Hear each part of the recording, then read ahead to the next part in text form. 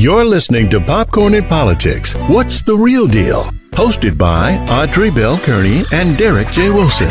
Asking the hard-hitting questions you want answers to. From political leaders and political hopefuls from around the world.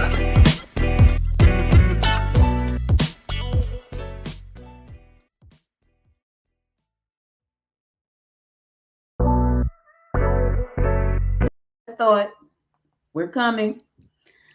I'm a little rusty today. Hey, y'all. Hey there. Hey. Welcome to another episode of Popcorn and Politics. I'm your host, Audrey Bell Kearney, along with my co-host, Derek J. Wilson. We're happy you are here today. Beautiful Sunday here in Georgia. I don't know where you are in the world, but it is lovely here. Yes, it is. I was out doing some walking this morning, so it was a lovely weekend. I mean, I actually did some walking yesterday too. Yesterday evening, the family and I walked around some neighborhoods. So it's been a good weekend. It was hot yesterday. I think it got up to 80 degrees yesterday. It was like 83, I think. When I went out yesterday, my husband and I was gone all day, like from like 8:30 in the morning to like 5:30. But it was like about 83 degrees, so it was gorgeous. And then this morning I got up and went outside and literally got grounded. So I took my shoes off and I stood on the ground to get grounded. So I could come and give you guys a great show today and be full of energy. So to get my energy from the earth. Okay, I sound crazy, right? But that's what people Yeah, do. I didn't know where you was going with that. I was gonna let you make it. I was like, okay, she feeling spiritual today. She gonna start talking about her crystals in a minute. No, I'm not. Even though I wear mine, I was at an event on Friday, and the guy said, "Is that citrine?" I said, "Yeah, that's citrine." He said, "Did you charge it?" "Yeah, that's I charge it all the time." "Did it work?" "That's I think so." So yeah, so I wear my crystals, baby. So listen, got a great show, but before we get on with our great show, what's going on in the world of politics as we know it? Well, we are in the state of Georgia, and so one of the most important things we need to put out there is the voter registration deadline for the Georgia 2022 primary is Monday. If you have not registered to vote for this primary and you are of the age of 18 and up, please register by Monday. Uh, of course, the races in this race includes the U.S. Senate, the governor race. We have tons of local races. We have school board races, state reps, Congress. So this is a major. I mean, it's a midterm election, so it's a major year, and one of our candidates will be on today shortly, and pretty sure he'll stress how important this year is. And so, if you have not registered to vote, you have until tomorrow to do so. So please register to vote. Quick Uh, question for you. For those who have registered and they want to vote by ballot, can they vote by ballot on the if they don't have a ballot? And I think about what make me think about that is my uncle. He's a senior, has not received the ballot in the mail. He is registered to vote, but there is not a ballot that came in the mail. did he fill out a application? I You don't have to know. request it. I Yeah, have to check with him on that. they're no longer doing, well, that was a one-time thing anyway, that they did that in 2020. But here in the state of Georgia, you have to request a mail-in ballot Okay, in so I order had to double check with him on to that do that. one. And so Right. for all of you who have seniors in your lives who may be looking for the ballot to automatically come in the mail, that is not the case. So you have to request that information. So make sure that you have help them get that request in ahead of time so that the ballot will get back to you in time to vote. So I just thought about that as we were talking. Yes, and then also make sure when you get the actual ballot, make sure you send it off in time. So it has to be received, not postmarked. It has to be received by 7 p.m.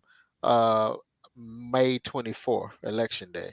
So if it's received at 7:01, it could possibly not be counted. So you want to make sure that it's received by the time that the polls are closed. Uh, so uh, that's really it. Well, you got then other news in Georgia. You got Margie Taylor Greene. She's the nutball up there in North Georgia. that's that's running for reelection. Got a lot of challenges going against her. I'm gonna put on a record. I hope she does not win. But she's dealing with that. She's also I guess getting interviewed or hearing regarding the January 6th insurrection and her involvement. And so, I'm looking forward to her not winning and to her facing some form of consequences for her involvement in the January 6th insurrection. Um, and then that's really the only news that worth talking about. I just brought her up because since you always talking about HW, I figured let me talk about another lunatic. Uh, so So there, so excuse me, y'all. Excuse me. So, so listen. Every time I'm looking at political news, Herschel Walker is always doing something, and to me, it's funny. So I'm always like, oh my god, he done did something else, and they're like, why we always gotta talk about him because he always does something. But that being said, she's just as nutty. So they asked her, did you say what you said about Nancy Pelosi? She was like, no. She straight out said no. And they was like, yeah, but you did say that. She's like, well, what I said was, she's nuts. Let's go ahead with this show because yeah, we can talk about them crazy people. And it's so weird because I talk to people from both parties, and as a matter of fact, I had a conversation with someone from the other party this past week, and and I talked to them because at the end of the day, we're human, all human, and we have our differences, but we do have some similarities. And it's so refreshing to talk to somebody from the other party who has some sense. They just have their views about things. And believe it or not, Derek, one of the things that they have really strong views about is privacy. Because I mentioned that whole privacy to this person and he agreed. And I'm like, wow, they have really strong opinions about privacy. And when they think that there's going to be free healthcare and free whatever, they feel like that's going to take their privacy away. And in my mind, I'm thinking we don't have any privacy. In my mind, we have no privacy. And let me tell y'all something this real quick. So I'm working on a campaign for somebody, and I was talking to some colleagues, and they was like, yeah, Audrey, if you walk out your house, if you look at something on your television and you go across town and on your phone is going to ping from the tower where your TV, and you can, it was freaky. So we don't have any privacy. I said all that to say, in my opinion, we don't have any privacy. But listen, I go mean, well, ahead. we all know there's no any privacy. I mean, we could be sitting here talking, and all of a sudden your phone gonna say, "What was that?" Right, All of because usually you're supposed to say, "Hey Siri" or "Hey Google," but now it's just the point that you just see. Perfect example. I just said it, and now it's talking to me. right. Uh, but yeah. I mean, that's no privacy. There's no privacy. Alexa has solved several crimes just by hearing what transpired. That's why we don't have I'm not a criminal, but that's why we don't have Alexa in my house. I feel like that's too much iRobot. If anybody old enough to remember iRobot, know that at some point the robots turned against you. I will be one of those houses that don't have the robot.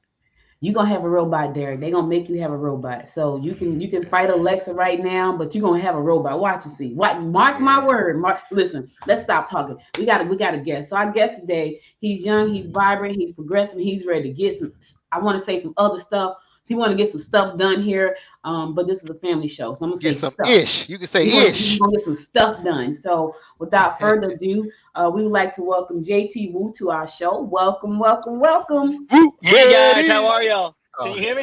Good in yourself. Let's go. what's Hey going guys, on? thanks so much for having me. Yeah. Good afternoon, I guess now. Good afternoon. Good Yes, afternoon. it's Thank you morning for being somewhere. here. No, we Huh? just we just got out of, you know how it is. Church can run long sometimes, and so church ran a little bit long. They were doing a little youth fundraiser afterwards, but we're happy to be here. Really excited to get to talk to y'all this morning. Hey, you must be one of those Southern Baptist churches. Maybe just a little bit. Yeah. Let me tell y'all something. Don't talk about the Southern Baptist Church. You got to get the whole word, the entire word for the year on Sunday. One Sunday, you get the word. I'm just kidding. I'm just kidding. I'm kidding. Yeah, Y'all. they preach from Genesis and Revelation every Sunday.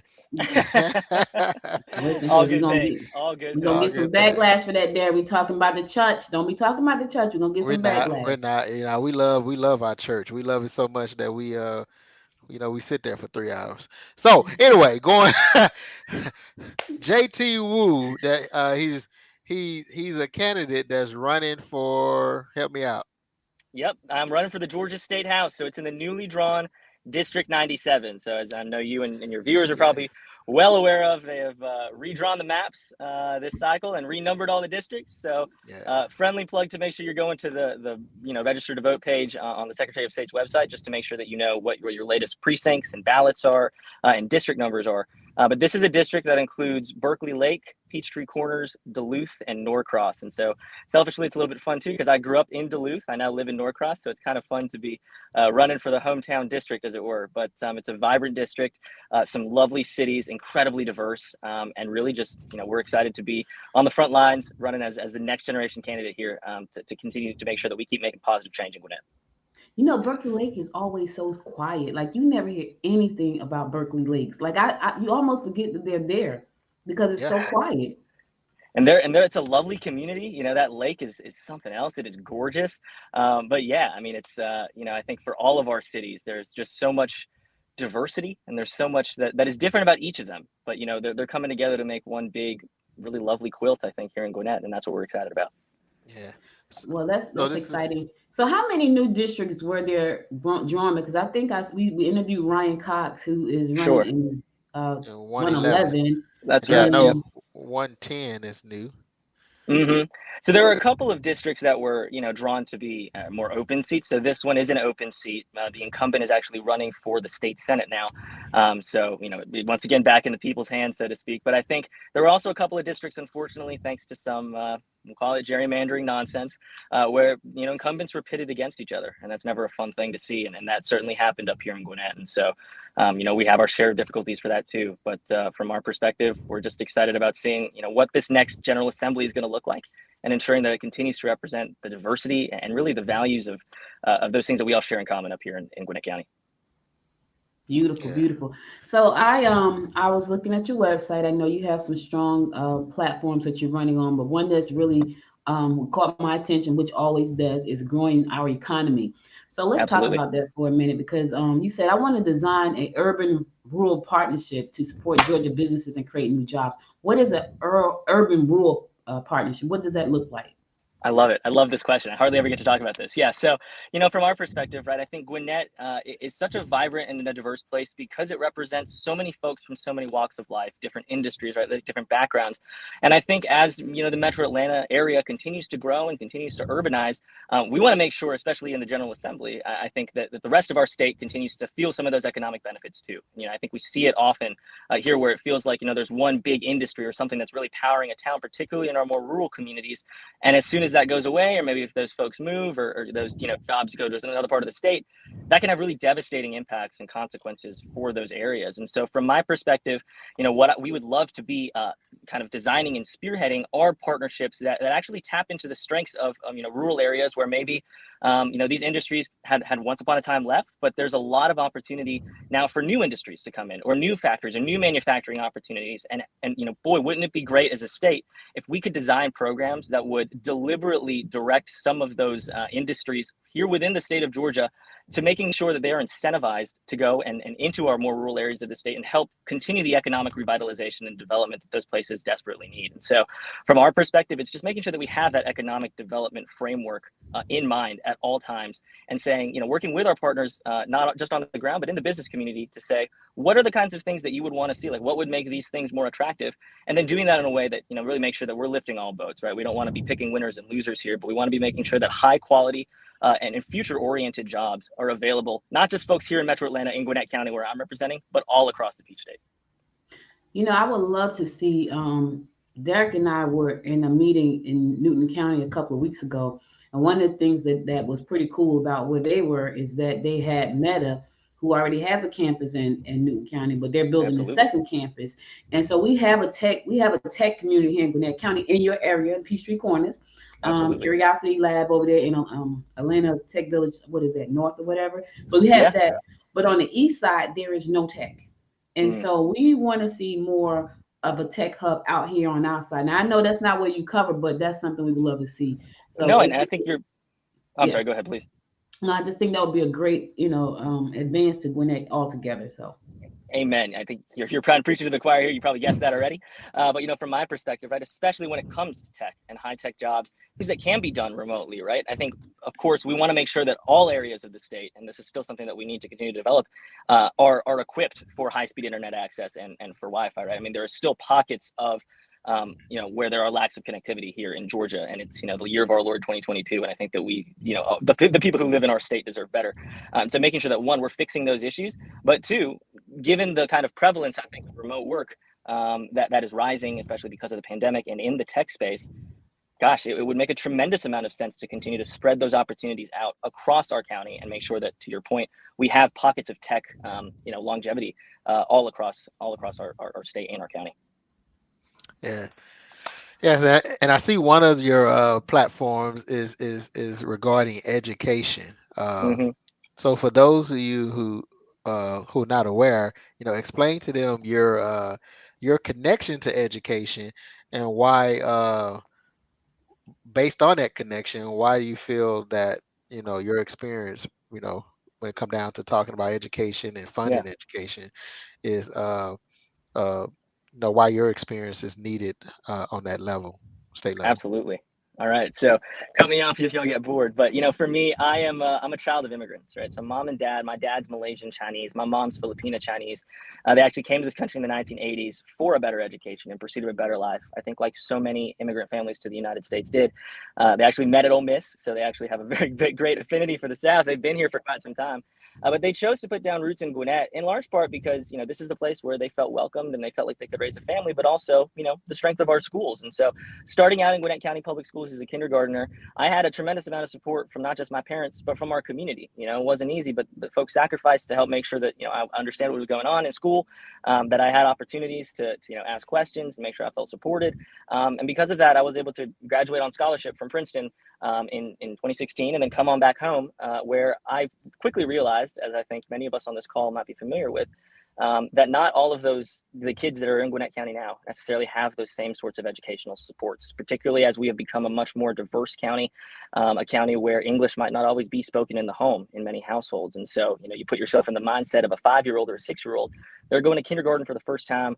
Their parents don't speak any English in the home or maybe speak limited English. Mom and dad are working multiple jobs just to make ends meet. And then this kiddo is having to learn a second language and also their curriculum at the same time from a teacher who might not necessarily speak whatever language they speak in the home, right? And it's not just Spanish or Korean or Vietnamese. It's in some of our high schools, we have 80 countries represented in those student bodies alone. And so, wow. it's we can't ask our teachers to learn all 80 different languages, right? So I think for us, we really saw a huge need. Over half of our kids in Gwinnett County today are still struggling to read English proficiently by the 3rd grade.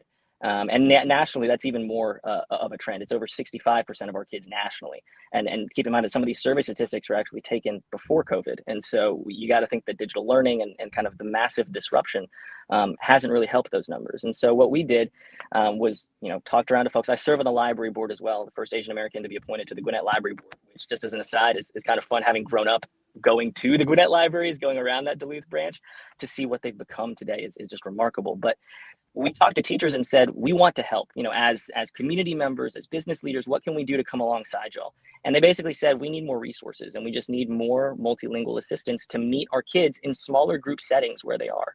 And so we said, okay, let's get to work. And so what my team and I did, we founded a nonprofit organization called Preface, Preface. And what that organization does is at no cost to schools, no cost to parents, and in partnership with school districts like the Gwinnett County Public School System, in partnership with the Georgia Department of Education, we created essentially high impact tutoring models that train and recruit local high school students from within communities, many of whom speak these languages that these kiddos might speak in the home, to then read to them during the school day, to act as supplements and as complements to our hardworking teachers already, and to help get them that additional leg up that they need to go from, as we've seen, functionally illiterate to reading at or above grade level in as little as 10 weeks. And so for us to be able to design that kind of an innovative program together with our teachers, together with our parents, and at no additional cost to our schools was a huge blessing. And so for me, people always sometimes say, oh man, come back. it was getting good. It was, and my mind was over here rolling because I got like a million questions about just being a nonprofit. Because we talk to a lot of, we talk. I talk. I don't know about you, Derek, but I talk to a lot of nonprofits, and a lot of the times, one of the questions is, how do we get this funding? So apparently, he's gotten that funding to be able to offer such a great program, and I want to talk to him about that part, and how can he help support other nonprofits who have programs that cater to children, and I know quite a few actually. So hopefully he'll sign out and come. JT, if you can hear us, we can't hear you. So if you can sign out and come back in, we'll be right here waiting on you because I love what you were talking about. And I think it was you, Derek, that told me because I didn't know this stat about the 3-year-old. If they have not did something by 3, what was that you said before? Yeah, so I've been running and shouting this out like I can't think of her name right now, but anyway, for years, when I ran for county commissioner, that was one of my platforms issues about the early childhood education here in the county. Statistics shows that if a third grader is not reading on grade level, um, that introduces the school to prison pipeline. So it's third grade. If they're not by grade level, they'll have a challenging education career moving forward. Yeah, And so and we all know, they use statistics from third grade to determine how many beds are needed in prisons. If they need to build more prisons, fund more prisons. uh, I think I heard a state representative say that the state of Georgia budget fund increases for prisons while they're continuing to decrease in education. So that's terrible. uh, and on JT Wu's webpage, one of his things regarding education, he says restoring the $600 million cut from the they cut $600 million from the public school system, That the is state of Georgia.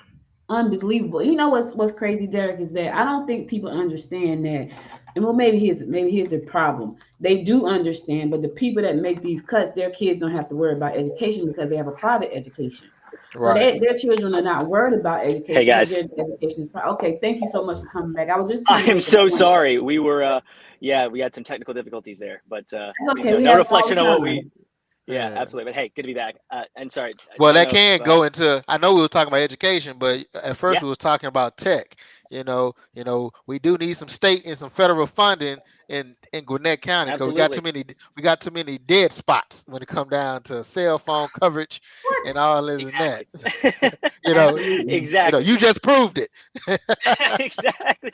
You going somewhere and yeah, absolutely. And sorry, just to really finish that thought again, Yeah. just for folks, sometimes they say, JC, you talk about education so much, right? Like we get it. You love education and you love reading and you think it's important.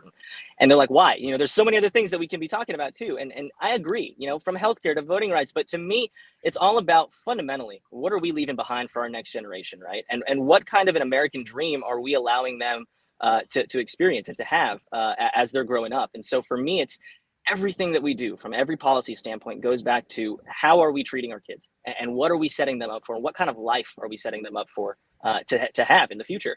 And that's why I think things like reading and things like having baseline opportunities to achieve their own American dreams and to be successful are so fundamentally important. So that's all I got to say there, but we can definitely talk about tech too.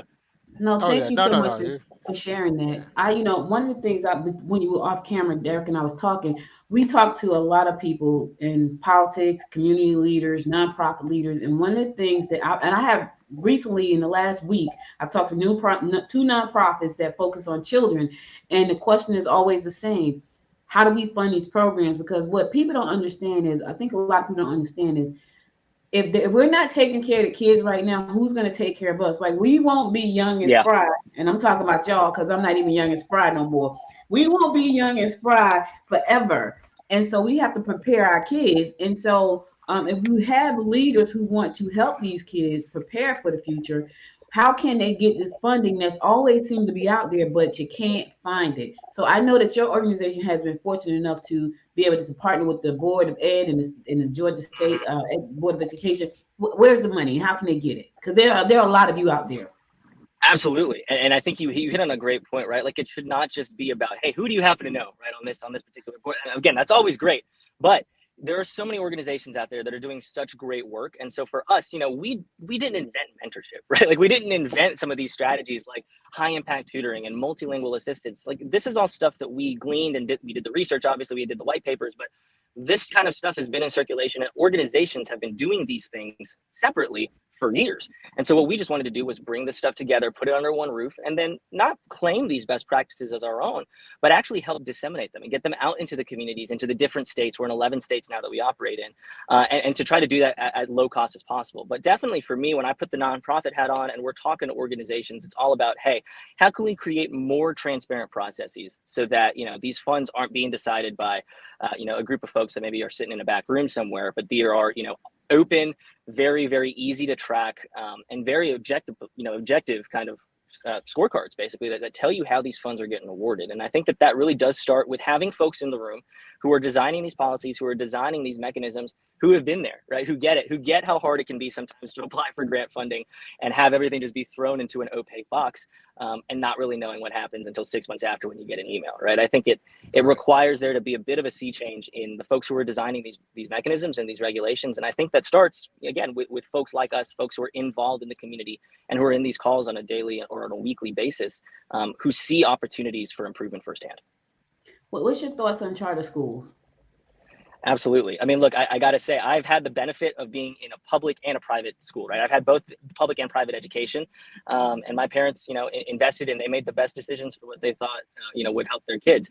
What I will say is I don't want any parent to also have to make that choice, right? Where it comes down to, where do I want to send my kid? Do I want to, go into debt perhaps and send my kid into an educational environment where they think that they're going to get a better education? Or do I want to, stay in the public school that is available to me?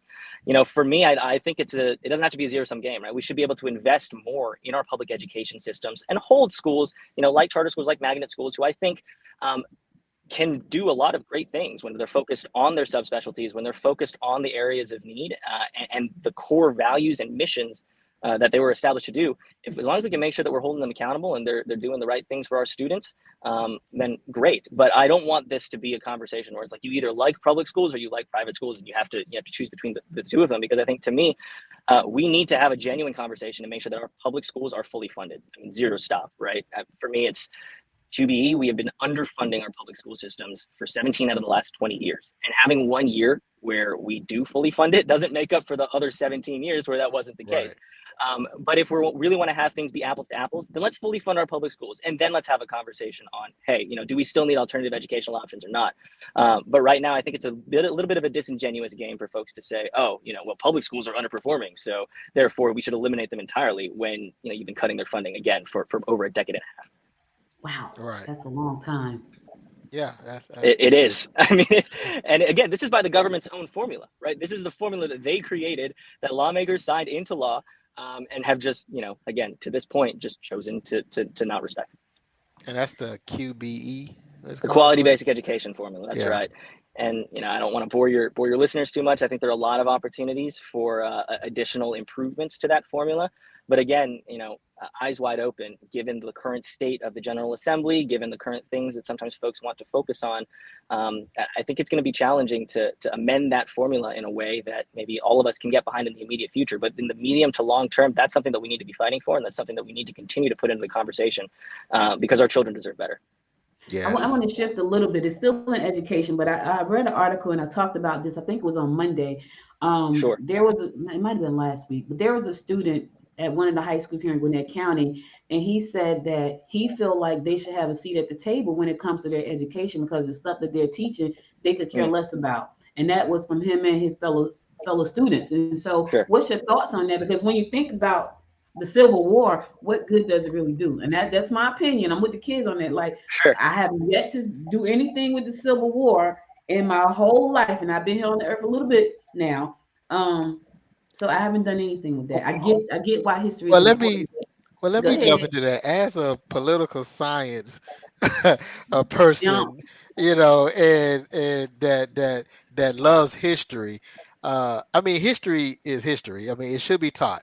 And so I would, as a student, I mean, we all felt like things was being taught that we didn't need or was useless. For the longest, I never could understand why algebra was required, why we need to take algebra. But then as I got older, and I'm noticing as I'm trying to calculate different things, I own the janitorial company. Well, when I'm trying to do the formula to figure out how much to charge you based on square foot, that's an X and a Y. That's algebra, So I say that to say that we as kids may not know exactly what's best for us at that time. Because again, I thought algebra was stupid and unneeded, but we all use algebra on a daily basis. RJ, you sitting up there thinking, whenever you're trying to calculate how much to charge someone for some services, that's algebra.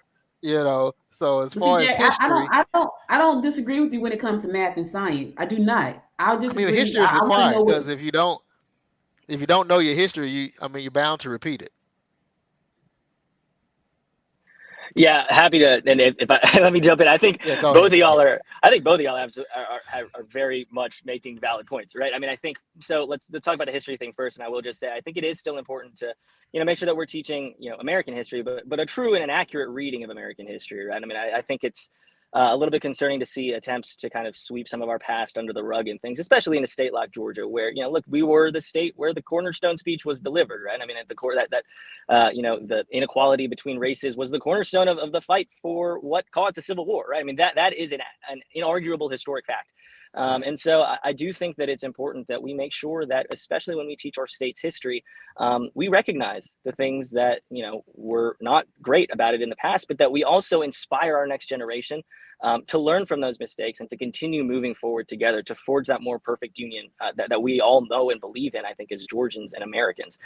So I will say that I do think it's important, if only for that reason, to make sure that we continue to defend free and an open discussion of our history in our schools. But to the students' point, I absolutely understand where they can be coming from too, because I think in our education system these days, so often, whether that's students or maybe even some teachers or professionals in the classroom, I think they feel like maybe sometimes they don't have as much of a voice in the way that things are run or in the way that curricula are maybe being designed as they would like. And I think that ultimately comes down to kind of, we need to respect our teachers as professionals, obviously, and we need to let them do the teaching job that they signed up to do. They are not doing this for any other reason, I would likely think, other than they have a real passion for education. That's why they got into it in the first place, right? They want to help kids. They want kids to be able to learn. And I don't think we should be tying their hands behind their back and saying, yeah, but you have to do this, but only on a Tuesday, on the second day of every month or whatever. And so I do think it's a little bit of a back and forth. And so if what people are saying is we want more of a seat at the table, I think that could be actually a pretty positive thing for our educational system all around, in that, the more that we're all built into this process of which, at its core, I think our educational system should be designed to educate the next generation of leaders and to make them critical thinkers, right? And to make them able to then go into their next stages of life and be able to achieve and dream and do what they want to do. I don't think that we're going to get those results by necessarily, dictating a one-size-fits-all method from the top, right? And I think that the more voices and the more perspectives that we have involved in those conversations, respectfully, I think it's going to be better for our students and for our society at the end of the day. Yeah. And this wasn't supposed to be a show about education, but this is kind of like a hot topic because I think a lot is coming up. And I'm still here, y'all. I'm sorry, but I gotta talk about this real quick. So, of course, let's talk about daycare for a second. And livable wages and education when it comes to daycare. There are a lot of daycare workers out there, and we need them because parents have to go to work. One of the issues that I found, because I have a granddaughter in daycare, is that a lot of times the daycare workers, just like the teachers, are just overworked and underpaid. And when I say underpaid, I mean totally underpaid, because they are dealing with smaller children, most time babies up to 3 years old. So they're really struggling, trying to make ends meet, put up with somebody else's kids for hours and hours and hours every day, and they're just underpaid. What's your plan for bringing livable wages up in your area? Because I know just recently the county said, you know what, we're going to increase it 8 to 10%. So if you're a county worker, you can get an increase. But what about those who are not county workers, to at least get to $15 an hour? Because most of them don't make that. Absolutely. And I'm glad you said that, Audrey. So I serve on the Gwinnett Library Board as well. And so we actually, a couple of months ago, voted entire system-wide to raise our minimum wage for all of our employees to $15 an hour, actually before the county did it, because we saw this coming. I mean, I'm sure it was similar discussions at the county, but in Gwinnett, even, I think $15 an hour is kind of the bare minimum, right? That sometimes folks might need to be making in order to, continue to raise their family and to thrive here in Gwinnett.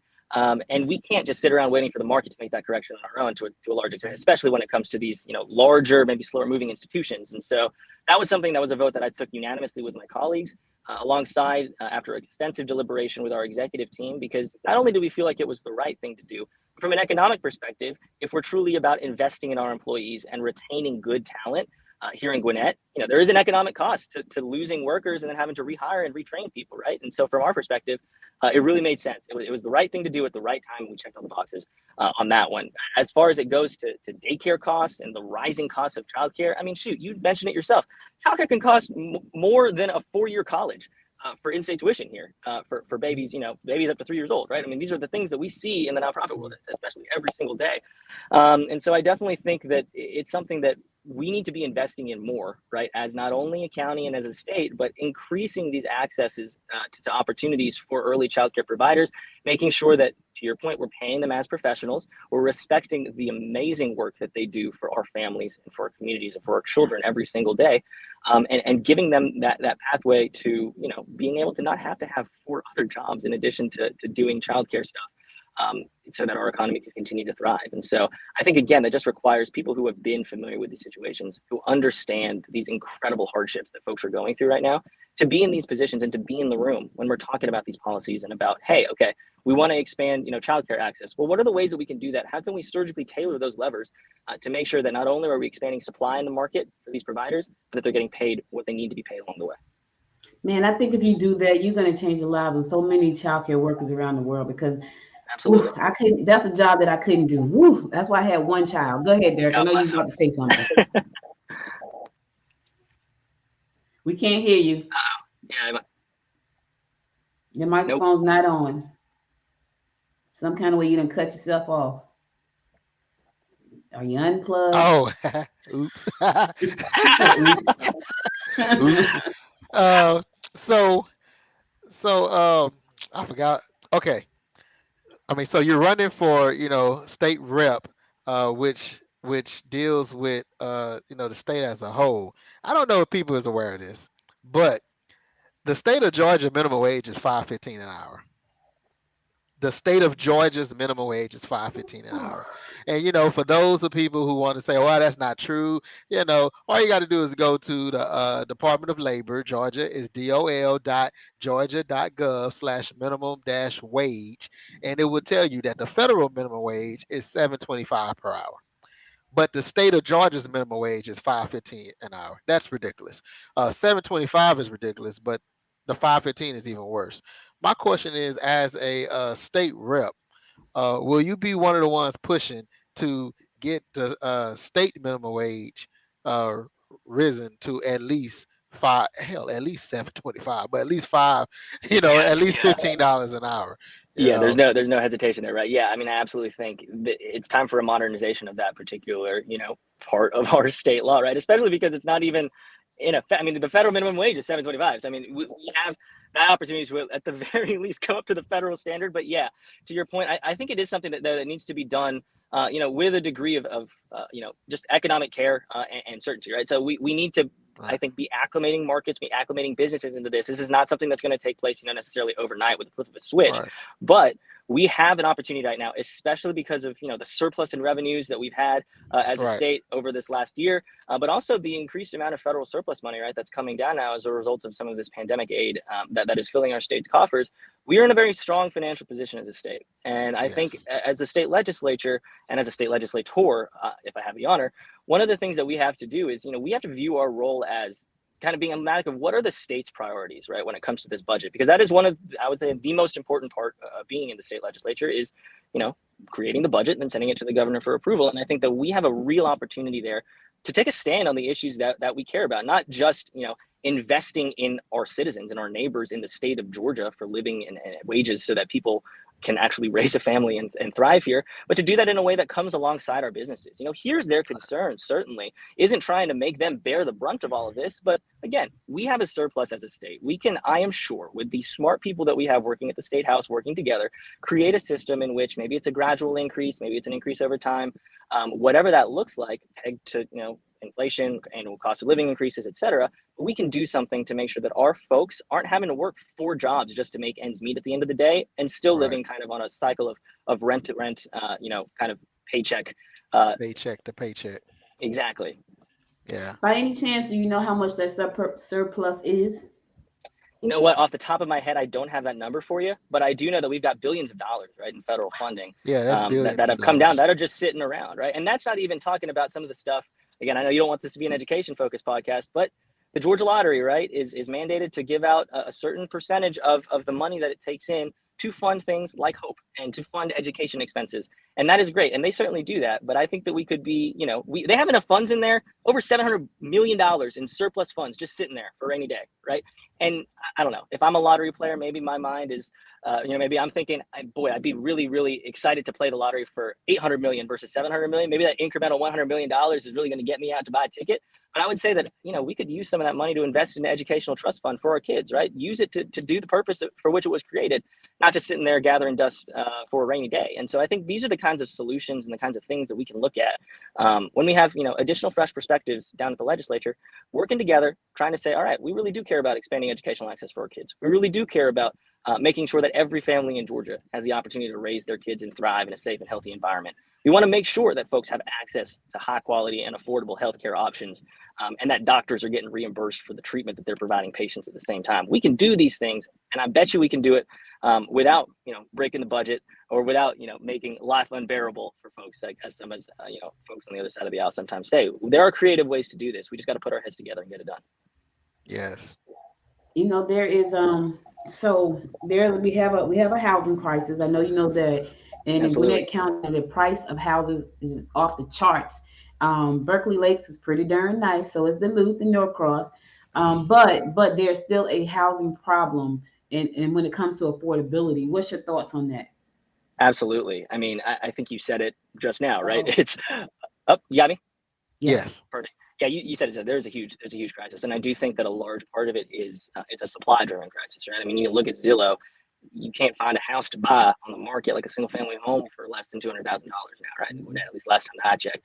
And if you did somehow manage to find that gem in Gwinnett County, you'd probably be gone in a couple of hours. And so I definitely do think that it's a problem that we need to put our heads together as a county and as a state to address. Now, I know that there are a lot of initiatives from the Gwinnett County government already, working with folks, like there's a, affordable housing bond issuance and things that I know have been under consideration in order to just inject even more supply into this market at present. But as we see these numbers, they're continuing to grow. We're expecting even more people to move, not just into Gwinnett, but into the metro Atlanta area more generally. We just don't have the supply that we need to have for this housing. And I think that it's gonna, we can't necessarily mandate that at the state level, right? There's so many local jurisdictions. There's a lot of zoning things that need to be addressed. And again, folks need to realize, I think, that apartment complexes or affordable housing places don't have to necessarily drive property values down. Right? They don't necessarily have to be, people like to always talk about the not in my backyard kind of folks, right? But I think that if we can have an honest conversation about why we need these things, what the benefit is going to be for our communities going forward, and how we can design them in a way that will continue to preserve, I think, the historic nature of a lot of our communities, but also do that in a way that allows more people to be a part of these communities, it'll be better. And so I know that there's a lot of positive movement going on right now as far as just how can we tweak the levers of the economy and how can we tweak investments to make sure that there's more supply. But yeah, we can't have folks just, with no option to buy a home in entire counties, right? We just can't have that, or where renting is the only option. And I think that requires not only government heads and policy folks to put their heads together, but also an understanding from the business community that's not going to be in the long-term best interests of anybody. Let me ask you this, and I don't know if you know this, but I just had a thought. So I'm in unincorporated Gwinnett County, and there was a subdivision that had not been developed since I moved to Gwinnett County almost 9 years ago. And recently they started to build, and I happened to go by and see it. Now it's been empty, not empty. It had about 3 houses. It's a small subdivision. And it had about 3 houses that has been there the entire time. They built one last year, which made it 4. I went by there about 2 weeks ago. They put up all these houses like instantly. The houses are $800,000. When it's time for developers to come in, so remember, empty now 800,000, and it says low 800s. When it's time for developers to come in and to develop these subdivisions or land or whatever, are there policies in place that can say to them, you can't build a house for this amount of money? I know that there has been discussion around, definitely restricting or at least providing additional guidance, shall we say, to developers around, the preferred uses for land and for homes that are being built. And at least to me personally, I think that really should come from a local level, right? I mean, I think if localities, if city councils, if mayors, and if folks, even in like places like unincorporated Gwinnett, county governments say this is what we want these particular parcels of land to be, I think that that's entirely within their rights as jurisdictions to be able to have those discussions with developers. I don't know necessarily that a one-size-fits-all policy coming down from the state level would be the best way to address that, because again, I think your affordable housing needs are probably a lot different in a place like Washington, Wilkes County, or somewhere more removed from the Metro Atlanta area than what we're seeing in Gwinnett. But I definitely think that there is a lot of merit to that argument, right? Where if we're pricing out the people who have called this place home for decades, it's just not right. It's just not good for, I think, us, for the economy, for our citizens, and it doesn't send the right message to the folks here in the state of Georgia that when the chips are down and when you're feeling like you need a little bit more support, that somebody's going to be there for you.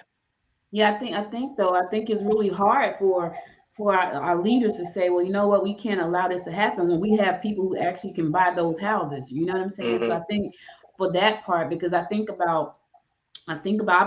lived in Gwinnett now almost 9 years, and I remember when they got ready to do the lawn downtown Lawrenceville, the houses were $200,000, the exact same houses, and a year and a half later they were $400,000, and I was like, well, what happened between except for the years changed and maybe the population changed, so it went up. So I think homelessness is a problem everywhere, and affordable housing is something we definitely need to tackle in Gwinnett County. And I know the mayor of Norcross was looking at Craig Newton. He was looking at some affordable housing, some alternative housing. I've heard he's talked about tiny houses. When it comes to things like tiny houses and container homes, are there regulations or is there something at the state level that can be done to help us bring this type of houses into the community that will be affordable and easy to assemble? I've even heard, I even looked into this myself, 3D printing homes. And I've seen some printed and they were gorgeous. And so what's your thoughts on that type of alternative living?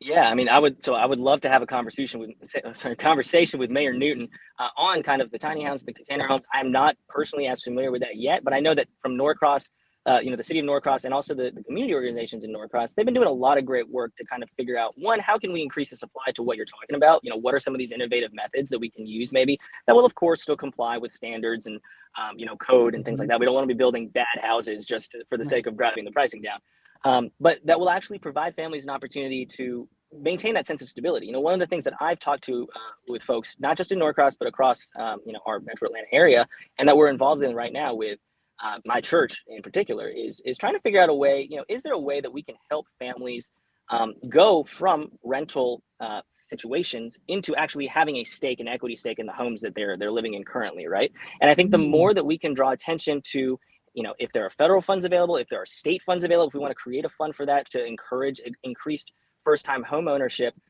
among these, sorts of folks living in these kinds of situations, then I think that could be a really exciting next step forward for making sure that families do have that opportunity, that they're not feeling like they're subject to the whims of a landlord who maybe is going to, bump their rent up 25-30% or something year over year.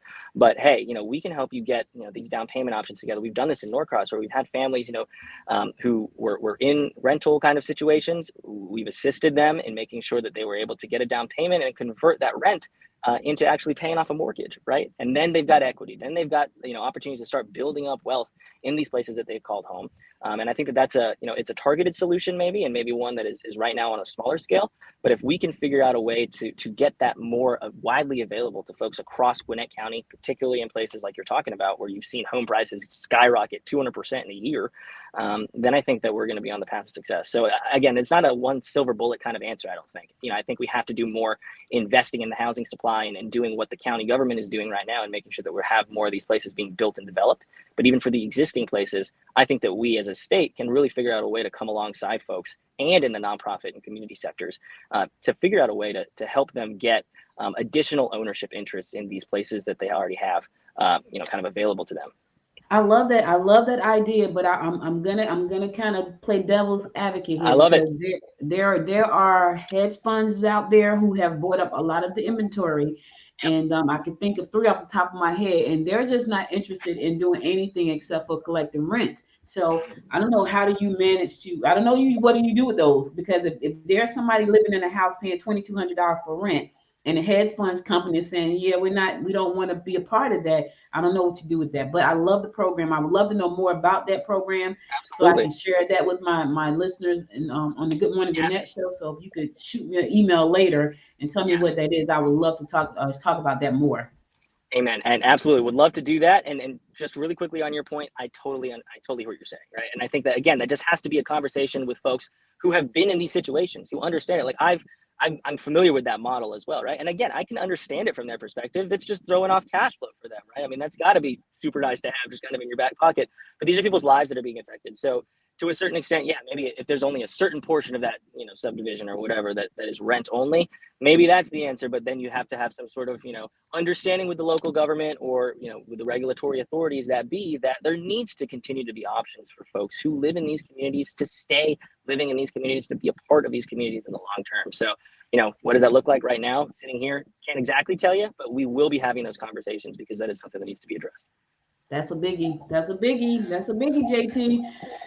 So before we, as we get coming to the wrap up, I want to make sure we touch another one of your parties, which was extending healthcare in the state of Georgia. As we all know, there's so much money on a federal level for healthcare that's just sitting there, and Georgia is too stubborn to accept it because it's coming from a Democrat. So my question is, how do you foresee yourself working with the rest of the House Democrats and trying to get the state to expand Medicaid? Yeah, absolutely. So, I mean, I think the easy thing, right, is let's just win all these races, right? Let's win all these races, and then we can get this thing passed. But of course, as all of us on this call are, we're looking at the maps, and we realize that we're, in order for things to get done in the General Assembly, it's going to require folks from our caucus, I think, working and trying to find common ground with the other side, just because of the way that the numbers are looking for these next couple of cycles. And again, I don't want to make promises that we can't deliver on, right? I know that's a thing that people say about politicians all the time, but in order for us to actually have constructive conversations and progress, we have to be level-headed, and we have to be realistic about what we can actually do in the short to medium term, and make sure that we're talking to our neighbors and our constituents about that and setting expectations. So for me, look, I wear a healthcare hat for some of my day job, right? So I help expand treatment options for folks, non-opiate treatment options, I should say, for folks in chronic pain or for folks who are, suffering from opiate and substance use disorder. And so that is one thing I think that we can all get behind, Democrat, Republican, independent, whatever, is that the opiate crisis in this country is a huge, huge problem. And so this is where I always start when we're talking about healthcare expansion issues, because I don't care who you are, you probably know somebody who has been affected by this crisis in one way or the other, and it's not in a good way. Right. But right now we have the technology, as they say, right? We have the medicines that are available to treat these things, gold standard medications like Suboxone or like buprenorphine, which can be delivered in a Listerine strip. Essentially, you put it in your mouth and then you're good. It blocks your opiate receptors, stops you from going into withdrawal, and it helps you, at least start to transition back into, your prior kind of regular life. The issue is that, of course, if folks are addicted to opiates or going through these kinds of challenges, sometimes their only insurance option is Medicaid. And in the state of Georgia, providers aren't being reimbursed appropriately for seeing these kinds of patients and writing these kinds of prescriptions. So you've got prescribers who, in addition to some of this bureaucratic red tape that's going on, that actually only allows them to see 200 people who are addicted to opiates and need this medication a year. They then don't get paid enough when they see these people to actually be able to even break even on the visit. So they're losing money every single time that they see one of these patients, which is why in the city of Norcross, you can go on the SAMHSA, which is the federal government website, and search City of Norcross buprenorphine providers. There's 6 of them, and each of them can only see 200 people each. So to me, that asks the question as a policymaker, do you really think there's only 1,200 opiate sufferers in the entire city of Norcross that need assistance like this? And the answer, of course, is no. And so this is what I like to think of as low-hanging fruit, right? Maybe our colleagues on the other side of the aisle don't want to fully expand Medicaid. Okay, we can argue the merits of that all day long.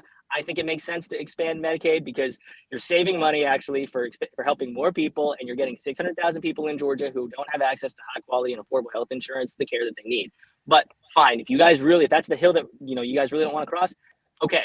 But at the very least, can we agree that opiate sufferers who really do need assistance, who are dying in this country every single day, should at least have access to the life-saving care that our government already calls the gold standard at a reasonable rate and an accessible rate for them so that they can continue to get on with their lives. So to your question, how can we attack the healthcare problem? I think we do it in bits and pieces, right? Of course, we're going to continue to strive towards expanding Medicaid more fully. But when there are things like this where we can find common ground and say, look, yes, let's get our providers reimbursed and get our patients the treatment that they need, all the better. So those are kinds of the areas that I would want to start talking about and focusing on, not only because, you kind of legislate from experience, right? But also because I do think that this is, to your point, Audrey, something that really can help a heck of a lot of people really, really quickly. And we have the opportunity to do it. We just need to put our heads together and get it done.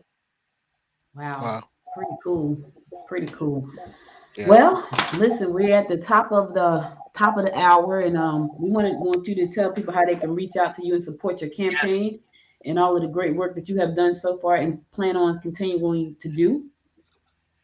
Thank you, guys. Really appreciate y'all having me on. You can contact me at JTWU, that's JTWU for Georgia, FORGEORGIA. So JT@JTWooforgeorgia.com is my personal email on the campaign side. You can also head to our website, JTWooforgeorgia.com. All the links are there. Obviously, we'd be honored to earn your support, whether that's through your time, your treasure, or really just reaching out to chat. There's a schedule a meeting link right on the homepage there, and it links directly to my personal calendar. I would love to have a conversation with y'all, hear what's going on in y'all's lives, hear how we can be thinking about things to continue coming alongside you to make our community even stronger. Early voting starts May 2nd. The primary day is May 24th, and we would be honored to earn your support. So we're going to be out there talking to our community, talking to our neighbors about things that we can do to innovate, not only, but also to defend the American dream for the next generation. So really appreciate you guys having me on and really thankful for the time. Well, thank you so much for being our guest today. As always, we appreciate all of our guests who come on to share their plans for our future here in the state of Georgia and Gwinnett County. So thank you for taking that time out. Listen, got a lot of good stuff sound like going on there, and we wish you the very best in your campaign and your run. And if you want to come back and do a follow-up once you win, come on back. Now listen, don't ghost us when you win, because we get ghosted when folks win. Okay, I'm holding to that.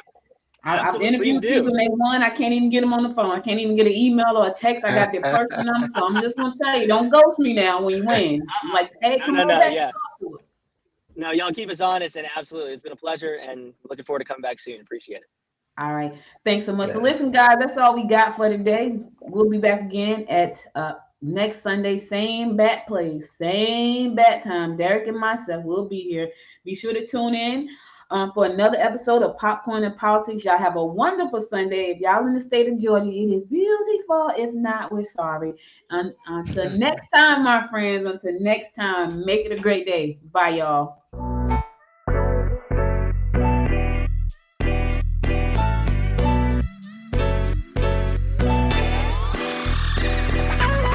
You've been listening to Popcorn and Politics. What's the real deal?